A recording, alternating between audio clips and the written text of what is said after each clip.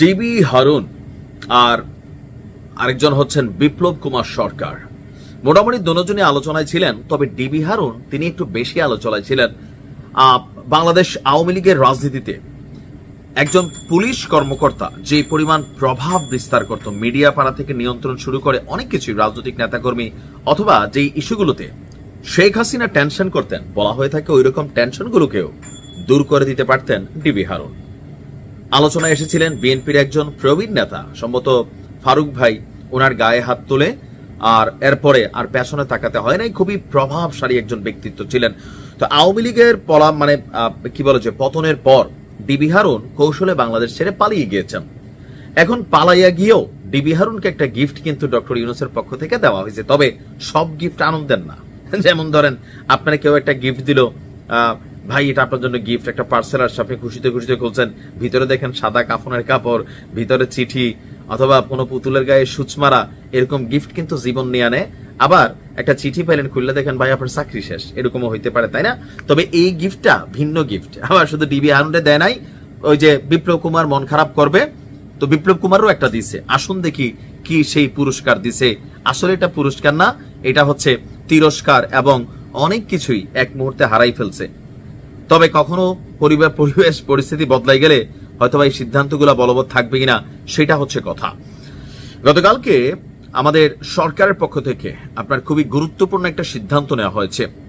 পলাতক পুলিশ কর্মকর্তা ঢাকা মহানগর পুলিশের অতিরিক্ত কমিশনার মোহাম্মদ হারুনুর রশিদ ওরফে ডিবি হারুন, উপমহাপরিদর্শক ডিআইজি সৈয়দ নুরুল ইসলাম, অতিরিক্ত ডিআইজি বিপ্লব কুমার সরকার সহ বিভিন্ন পদমর্যাদার আওয়ামী লীগের সাথে সংশ্লিষ্ট 40 জন কর্মকর্তার খুবই একটা লাইফ টাইম অ্যাচিভমেন্ট যেগুলোকে বলা হয়ে যায় বাংলাদেশ পুলিশ পদক, সংক্ষেপে বিপিএম, এবং রাষ্ট্রপতি পুলিশ পদক যেটাকে বলা হয় পিপিএম, এই পদকগুলো তাদের ছিল, এই পদকগুলোকে প্রত্যাহার করা হয়েছে।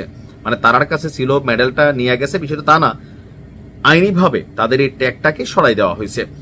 স্বরাষ্ট্র মন্ত্রণালয়ের জননিরাপত্তা বিভাগের জ্যেষ্ঠ সহকারী সচিব তৌসিফ আহমেদ স্বাক্ষরিত প্রজ্ঞাপনে এই তথ্য জানানো হয়েছে। প্রজ্ঞাপনটি জারির তারিখ হিসেবে সেটিতে 7 আগস্ট উল্লেখ করা হলেও গতকালকে এই বিষয়ে গণমাধ্যমের কাছে নিউজটা আসছে। বলা হয়েছে ইতিমধ্যে নিজ কর্মস্থল হতে পলায়ন করায় বিভাগীয় ব্যবস্থা গ্রহণের কার্যক্রম প্রক্রিয়াধীন রয়েছে। এরকম 40 জন পুলিশ সদস্যের অনুকূলে প্রদত্ত পুলিশ পদক প্রত্যাহার করা হলো। তো পদক বাতিল হওয়া কর্মকর্তাদের মধ্যে ডিআইজি, অতিরিক্ত ডিআইজি, পুলিশ সুপার, অতিরিক্ত পুলিশ সুপার এবং পরিদর্শক পদমর্যাদার অনেক কর্মকর্তা রয়েছেন, আর যাদের ম্যাক্সিমামই রাষ্ট্রকে সার্ভ করার বদলে আপনার রাজনৈতিক দলকে সার্ভ করছেন। এগুলো থেকে আগামী দিনে যারা রাজনৈতিক ক্ষমতায় আসবেন তাদের জন্য একটা বার্তা আছে, আমাদের পুলিশ ভাইদের জন্য একটা বার্তা আছে, বিশেষ করে আরো বিভিন্ন যে বাহিনীগুলো আছে, যে আপনার কাজ হচ্ছে জনগণকে সার্ভ করা, আপনার কাজ হচ্ছে রাষ্ট্রকে সার্ভ করা, কোন রাজনৈতিক ব্যক্তিত্বকে নয়। এই যে কথাটা আমি যত সহজে বইলা ফেলছি, বাস্তবটা টোটালি তার উল্টা।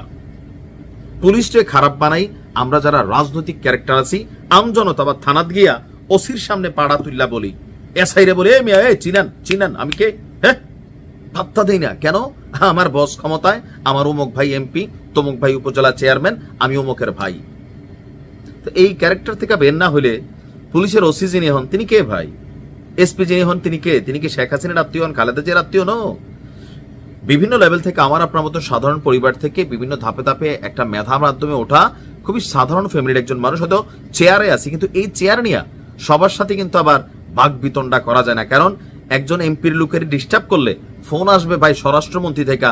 স্বরাষ্ট্রমন্ত্রী তো রাজনৈতিক ক্যারেক্টার, যে কোনো মুহূর্তে চাইলে একজন পুলিশ অফিসারের চাকরি খাইয়ে দিতে পারেন। তো পুলিশ অফিসারের কি এত ঠেকা আছে? একজন ভালো অফিসার একটা ভালো কাজ করছেন, একজন ব্যক্তিকে গ্রেপ্তার করছেন, কিন্তু 10টা ফোন আসে উপর থেকে, আইজিপি ফোন দেয়। আইজিপিও তো মনে করলেন টেকনিক্যালি ওই মানুষগুলাই বেশিরভাগ সময় হয় রাজনৈতিকভাবে যে সরকার ক্ষমতায় থাকেন তাদের মনা, তাদেরকে সার্ভ করবে, ওই রকম মানুষগুলোকে বিভিন্ন সময় এই পদ পদবিগুলোতে বসানো হয়। এর বাহিরে পুলিশকে ভূমিকা রাখতে দেওয়া হয় না। আপনি যত কথাই কন, পুলিশের স্বাধীনতা নাই। রাজনৈতিক সরকারগুলোর কাছে এখন ইন্টারিম আছে, ইন্টারিমের কাছেও পুলিশ এখানে দায়বদ্ধ। পুলিশ অনেক কিছু দেখে এখন কিচ্ছু করার নাই। দেখেন না, সকালে শিবিরের নেতা গ্রেপ্তার হলে দুপুরে আউট হয়, এনসিপির নেতা সকালে গ্রেপ্তার হলে বিকেলে আউট হয়ে যায়, এই মুহূর্তে আবার আওয়ামী লীগের যে সকল নেতার আগে থানায় গিয়ে ওসিরে মনে করলেন কসলাইতো, সেই নেতারা এখন দৌড় রূপে পুলিশ দেখলে আব্বা আব্বা ডাকে, পুলিশও তাদেরকে আব্বা আব্বা ডাকায়। তো সবকিছুই depend on politics and political government. And first of all এই টেন্ডেন্সিটাকে চেঞ্জ করতে হবে, যেটা বাংলাদেশে অসম্ভব। বলতে পারবো, লাভ হবে না। ভালো থাকুন।